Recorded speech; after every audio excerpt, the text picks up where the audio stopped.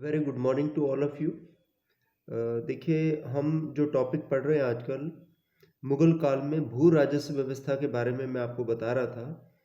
और उसमें कुछ पॉइंट्स हमने डिस्कस किए थे, जिसमें मैंने आपको ये बताया था कि भूमि के विभिन्न प्रकार जो है सुनिश्चित कर दिए थे। पोलज, परौती, छाछर, बंजर। ये उस आधार पे थे कि भूमि की उर्वरता कितनी है, वो कितनी उपजाऊ है। और मैंने आपको बताया था कि एक एक्सपेरिमेंट जो है अकबर कर रहा था। उसने राजा टोडरमल को अपना दीवान नियुक्त किया था इस मामले में। और गुजरात विजय के बाद पर्टिकुलरली उसने ये एक्सपेरिमेंट जो है शुरू किया था कि भू राजस्व की विभिन्न प्रणालियाँ, विभिन्न पद्धतियाँ उसने अपनाई थी। यानी एक जैसी पद्धति नहीं अपनाई पूरे साम्राज्य में भू राजस्व निर्धारण के लिए। आईन अकबरी में जो कर निर्धारण की पद्धतियां हैं, उसके लिए दस्तूर शब्द का प्रयोग किया गया है। और इसका मतलब अर्थ ये होता था कि सरकार जो एक का जो दावा होता था, वही कितनी जमा होनी चाहिए, कितनी हासिल होनी चाहिए। मैंने आपको ये दो टर्म्स बताए थे कि जमा का अर्थ होता है अनुमानित आय, और हासिल का अर्थ होता है वसूली गई आय। कहने का अर्थ ये है कि जमा वो आय होती है जिसका केवल अनुमान लगाया जाता है, भाई इस खेत से जो है इतनी आय होगी, या इस क्षेत्र से इतनी आय होगी। और हासिल जो होता है, वो एक्चुअली जो उगाहा जाता है किसानों से, उसको हम हासिल बोलते हैं। तो देखिए, अलग अलग पद्धतियों के बारे में, इसके गुण और दोषों के बारे में आज हम पढ़ने जा रहे हैं। तो सबसे पहली जो पद्धति है जिसके लिए टोडरमल बिकेम वेरी फेमस, और वो है जब्ती प्रणाली, जब्ती पद्धति। ये क्या था? देखिए, इस मुगल काल में कर एकत्रित करने की दिशा में ये सबसे ज़्यादा जो प्रयोग किया गया था, वो जब्ती प्रणाली की गई थी। ये लगभग आधे साम्राज्य में ये पद्धति लागू की गई थी। कहाँ कहाँ पर? जैसे कि दिल्ली, पंजाब, आगरा, इलाहाबाद, अवध, अजमेर, मुल्तान के जो क्षेत्र थे, यहाँ पर ये व्यवस्था लागू की थी। लेकिन आप ये समझ लीजिए कि बेसिकली नॉर्थ इंडिया में ये जो पद्धति है, ये लागू की गई थी। और इसको लागू करने में राजा टोडरमल का तो योगदान था ही, साथ ही साथ मुजफ्फर खान, एक और विश्वसनीय जो है व्यक्ति था अकबर के पास, जिसने जो है ये जो जब्ती प्रणाली है उसमें सहयोग किया। 1570 से लेके 1580 तक विभिन्न स्थानों पर इसका सफल प्रयोग किया गया, इस पद्धति का। और इस प्रयोग के जो परिणाम थे, वो काफ़ी लाभदायक सिद्ध हुए। ये केवल अकबर के समय में नहीं, बल्कि पहले भी आपने शेरशाह सूरी का प्रशासन जब पढ़ा था, उस दौरान भी लागू किए थे। लेकिन ये जो मतलब इसको फुल फ्लेजेड रूप में जो लागू करने का श्रेय है, वो अकबर को ही जाता है। शेरशाह सूरी के समय में भी इसका कुछ प्रयोग किया जा चुका था पहले। अच्छा, ये सिस्टम क्या था, ये समझने की ज़रूरत है। तो एक तरह से ये जो है ना, सरकार और किसान के बीच में ये समझौता होता था। It was an agreement between the peasant and the government, कि आगामी समय के लिए उस भू विशेष से, यानी उस किसान के पास जो भूमि होती थी, उससे कर निश्चित कर दिया जाता था कि भाई प्रतिवर्ष इस भूमि से इतना कर जाएगा, वो भूमि की उर्वरता के आधार पर। और ये सुनिश्चित कर दिया गया कि भाई 5 साल तक या 10 साल तक, कम से कम 5 साल और ज़्यादा से ज़्यादा 10 वर्ष के लिए कर सुनिश्चित कर दिया गया, यानी फिक्स कर दिया गया। जो लैंड रेवेन्यू है ना, वो फिक्स हो गया किसानों और सरकार के बीच में, कि इतने क्षेत्र का जो कर है वो किसान देता रहेगा।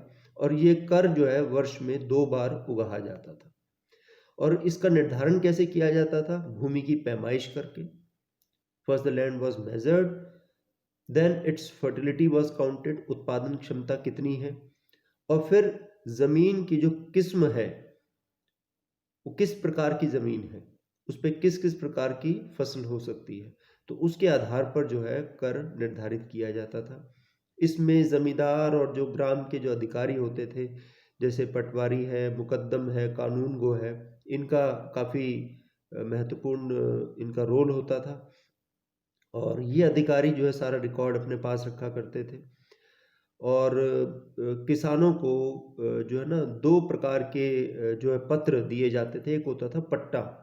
पट्टा का मतलब होता है कि जो किसान की जो भूमि है, उसका ब्यौरा होता था उसमें, पट्टे में। भई इतने वर्ग जो है, इतने गज भूमि है उसके पास, या इतने बीघा भूमि है, और भूमि की किस्म क्या है, मतलब उसका प्रकार क्या है, और उसमें जो है कितना उससे कर लिया जाएगा। तो ये जो है ना एक रिकॉर्ड होता था जिसे पट्टा कहते थे। ये सरकार जो है किसान को दिया करती थी। ऐसे ही जैसे आज के समय में रजिस्ट्रीज होती हैं घर की, मतलब घर के जो कागज़ होते हैं ना, पेपर वर्क जो होता है, तहसील में जाके रजिस्ट्री करवानी होती है। इस प्रकार से उस समय पट्टा दिया जाता था किसानों को, और इसके बदले में किसानों से एक और पत्र पे हस्ताक्षर या अंगूठा लगवाया जाता था, उसको कहते थे कबूलियत। कबूलियत में भी ये सारी चीज़ें होती थी। बस ये एक तरह से रिसीविंग होती थी सरकार की तरफ से, कि जो पट्टा सरकार ने किसान को दिया है वो उस किसान को कबूल है। ठीक है, इसको कबूलियत बोला करते थे। तो पट्टा और कबूलियत, ये 2 टर्म्स जो है आप याद रखिए। और बाकी इसमें स्पष्ट तौर पर ये लिखा होता था कि असामान्य परिस्थिति में सरकार ज़्यादा कर भी ले सकती है किसान से, और अगर कोई प्राकृतिक आपदा आती है तो किसान जो है सरकार से आर्थिक सहायता के लिए मांग कर सकता है। तो देखिए, व्यवहार में इस प्रकार की कोई स्थिति जो है नहीं हमें देखने को मिलती। एक इतिहासकार हैं डब्ल्यू.एच. मोरलैंड। मोरलैंड लिखते हैं कि उस समय इस जब्ती प्रणाली के तहत जो कर की जो सीमा होती थी, वो 1/2 से 1/3 हुआ करती थी। जबकि आईन अकबरी में लिखा है कि ये 1/4 हुआ करती थी। तो इतिहासकारों के अलग-अलग इसमें राय हैं। अच्छा, ये तो हो गई जब्ती प्रणाली। मतलब आपको ये याद रखना है कि जब्ती प्रणाली के अंतर्गत जब्ती प्रणाली के अंतर्गत जो लैंड रेवेन्यू था वो फिक्स कर दिया गया था, उसको सुनिश्चित कर दिया गया था, और ये 5 से 10 साल के लिए किया जाता था। इसके बाद हम बात करते हैं अगले मेथड की, जिसे बोला जाता है गल्ला बख्शी, या इसको बटाई सिस्टम भी कहा जाता है। ये जो प्रणाली है, ये सिंध, कश्मीर, काबुल, गुजरात में जो है ये प्रणाली अपनाई गई थी, और इसका पहला प्रयोग गुजरात में किया गया था। मैंने आपको बताया था कि 1573 में जब गुजरात पर विजय प्राप्त की थी। तो देखिए, इस पद्धति में क्या होता था, ये समझने की ज़रूरत है कि किसान अपने खेत जोतने के बाद स्थानीय अधिकारी को ये जानकारी देता था कि उसने कौन सी फसल बोई है। उसी के आधार पर अधिकारी ये निर्धारित करते थे कि उस फसल के कटने का समय क्या होगा। और जब वो फसल तैयार हो जाती थी, किसान जब अपनी फसल के बारे में सूचना देता था, तो फिर वो फसल को काट के और अनाज और भूसा अलग-अलग कर लिया जाता था। अनाज जो होता था ना, उसको 3 भागों में बाँट दिया जाता था। ठीक है? जो मतलब अनाज जो निकला है, भूसा अलग कर दिया है, अनाज को 3 भागों में बाँट दिया जाता था। उसमें से 1 भाग सरकार उठा लेती थी, और बाकी 2 भाग किसान के पास रहते थे। भूसा जो है किसान के पास ही रहा करता था। तो क्योंकि इसके अलग-अलग 3 हिस्से बना दिए गए थे, इसलिए इस सिस्टम को बटाई सिस्टम भी कहा जाता था। ठीक है? Is that clear? तो ये जो है जो बटाई सिस्टम था या गल्ला बख्शी सिस्टम था, ये सिंध, कश्मीर, काबुल और गुजरात के प्रांत में लागू किया गया था। अच्छा, इसके बाद हम बात करते हैं एक और जो प्रणाली थी, जिसे नसक या कनकूत प्रणाली कहा जाता है। ये क्या था? ये तीसरी पद्धति थी जिसको बंगाल और उड़ीसा के क्षेत्र में लागू किया गया था। देखिए, कुछ सोच के कुछ हिसाब से लागू किया था उन्होंने, अलग-अलग क्षेत्रों में अलग-अलग जो भू राजस्व पद्धति है। तो इसमें क्या होता था? इसमें फसल को रोपित करने के बाद और काटने से पहले, यानी जब फसल बो दी है और कटाई से पहले अधिकारी जो है फसल का अनुमान लगाते थे और उसमें अपना जो सरकारी हिस्सा था वो निर्धारित किया करते थे। ये स्पष्ट नहीं है कि ये जो अनुमान है, मतलब इसमें जो मैंने आपको गल्ला बख्शी बताया ना, इसमें तो फसल के कटने के बाद जो है 3 ढेरियां बनाई जाती थी, उसमें से एक सरकार ले जाती थी, 2 किसान की होती थी। लेकिन ये जो सिस्टम है नसक या कनकूद, इस सिस्टम में फसल कटने से पहले ही सरकार अपने कर का अनुमान जो है लगा लेती थी, खड़ी फसल को देखकर, ठीक है ना। और उसके बाद जब जब मतलब फसल कटती थी, तो जो पहले अनुमान लगा रखा था उसी हिसाब से सरकार अपना हिस्सा ले लिया करती थी। अब इस बात में डाउट है, जैसे मैंने आपको बताया कि नसक या कनकूद, इसका मतलब ये है कि ये डाउट है कि ये जो समझौता है किसान, और ये समझौता ये अलग अलग किसानों के साथ होता था सरकार का, या उस क्षेत्र विशेष पूरी भूमि का होता था, या पूरे गांव की भूमि का होता था, ये डाउटफुल है। तो निष्कर्ष तो ये निकाला जाता है कि वैसे तो किसानों के साथ ही होता था ये समझौता सीधे तौर पर, लेकिन अगर ये कभी कभी संभव नहीं हो पाता था तो ऐसी स्थिति में पूरे गांव की जो भूमि है उससे कर का निर्धारण कर लिया जाता था। तो ये 3 प्रकार की पद्धति आपको याद रखनी है, यानी कि जब्ती प्रणाली, मुजफ्फर खान और टोडरमल का नाम आपको याद रखना है, उसके बाद गल्ला बख्शी या बटाई सिस्टम, उसके बाद आपको नसक या कनकूत सिस्टम, ठीक है। अच्छा, इसके बाद हम बात करेंगे भू राजस्व प्रणाली जो अकबर द्वारा अपनाई गई या मुगलों द्वारा अपनाई गई। अकबर नहीं, यहाँ पे पूरे सब मुगलों के नाम होंगे। तो मुगलों द्वारा अपनाई गई, उसके क्या गुण और दोष थे। तो देखिए, जो नई राजस्व व्यवस्था है उससे अकबर के काल में तो निश्चित रूप से आर्थिक सुधार आया। अकबर ने जब सत्ता संभाली थी उस समय राजकोष बिल्कुल खाली था। और देखिए, भू राजस्व पद्धति जो थी वो इतनी महत्वपूर्ण थी क्योंकि land revenue was only source of income eight that time. भू राजस्व ही जो आय का मुख्य साधन था।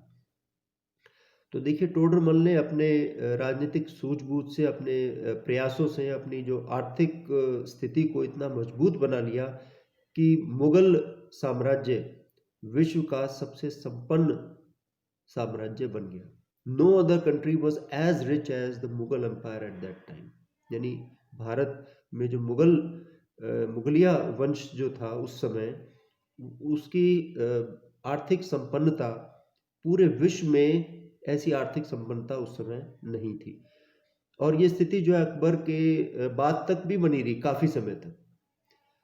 और मतलब 17th सेंचुरी की अगर हम बात करें तो इतना जो है सक्षम देश कोई भी नहीं था जितना कि भारत था। और बहुत से यूरोपीय जो स्रोत हैं उससे इस बात की पुष्टि भी होती है। तो इसके पीछे जो सबसे बड़ा कारण था वो मुगलों की भू राजस्व प्रणाली थी। अच्छा, अब अगर किसानों के लिए हम बात करें तो सरकार का मुख्य उद्देश्य था बिचौलियों के महत्व को समाप्त करना, और वो करने में वो सक्षम हुई। देखिए, अलग अलग तरीके किस तरह से किसानों के साथ सीधा समझौता जो है अपनाया गया था। और अलग अलग इतिहासकारों के विचार हैं, जैसे कि A.L. श्रीवास्तव, आशीर्वादी लाल श्रीवास्तव, वो कहते हैं कि अकबर के काल के जो किसान थे उनकी आर्थिक स्थिति अंग्रेजी शासन में जो आर्थिक स्थिति रही किसानों से उससे बेहतर थी। इसी तरह से इरफान हबीब लिखते हैं कि अन्य स्थानों की तुलना में भारतीय किसान जो था वो अधिक संपन्न और संतुष्ट था। और W.H. मोरलैंड भी लिखते हैं कि भारतीय किसान संतुष्ट था, उसकी आर्थिक स्थिति अच्छी थी। तो सरकार के लिए तो डेफिनेटली जो ये जो भू राजस्व व्यवस्था थी ये काफ़ी लाभदायक रही, और किसानों के लिए भी। लेकिन साथ साथ इसके दोष भी जो है पाए जाते हैं। दोष ये है, अगर हम राज्य की बात करें तो देखिए, शुरू में तो ठीक चला, शुरू में जो व्यवस्था रही वो सारी ठीक चलती रही, लेकिन बाद में क्या हुआ कि जमा और हासिल के बीच में जो डिफरेंस था वो बहुत ज़्यादा हो गया। अकबर के टाइम में तो ये केवल 20% होता था, ये जो डिफरेंस था। लेकिन बाद में जो है ना ये बढ़ता चला गया। यानी जमा ज़्यादा होती थी, हासिल कम होता था। जमा मतलब अनुमानित आय ज़्यादा थी और हासिल कम होता था।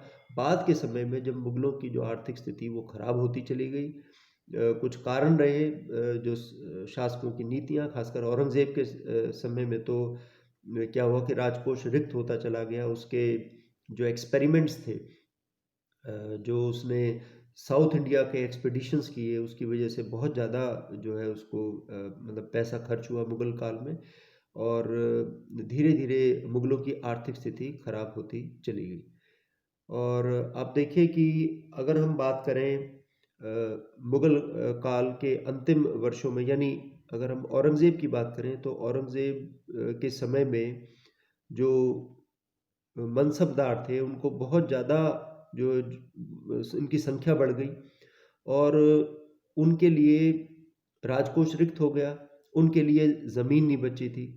तो धीरे धीरे स्थिति वो हो गई कि एक अनार सौ बीमार, जो मैंने आपको बताया था ना, जागीरदारी सिस्टम। तो इससे आर्थिक स्थिति जो है काफ़ी खराब हो गई। अच्छा, अगर हम किसानों की बात करें तो बहुत से यूरोपीय वृत्तांत और अकबर के काल में अगर हम बदायूनी को पढ़ें, बदायूनी भी एक इतिहासकार था, तो उन दोनों के वृत्तांतों से हमें पता लगता है कि किसानों की स्थिति जो है ज़्यादा संतोषजनक उस समय नहीं थी। प्रारंभ में तो ठीक हुआ, कुछ एक्सपेरिमेंट्स हुए, लेकिन धीरे धीरे क्या हुआ कि अ, बात ये हुई कि ठीक है, किसानों को कर प्रणाली का थोड़ा सा लाभ हुआ, लेकिन कृषि के जो साधन थे वो परंपरागत रहे।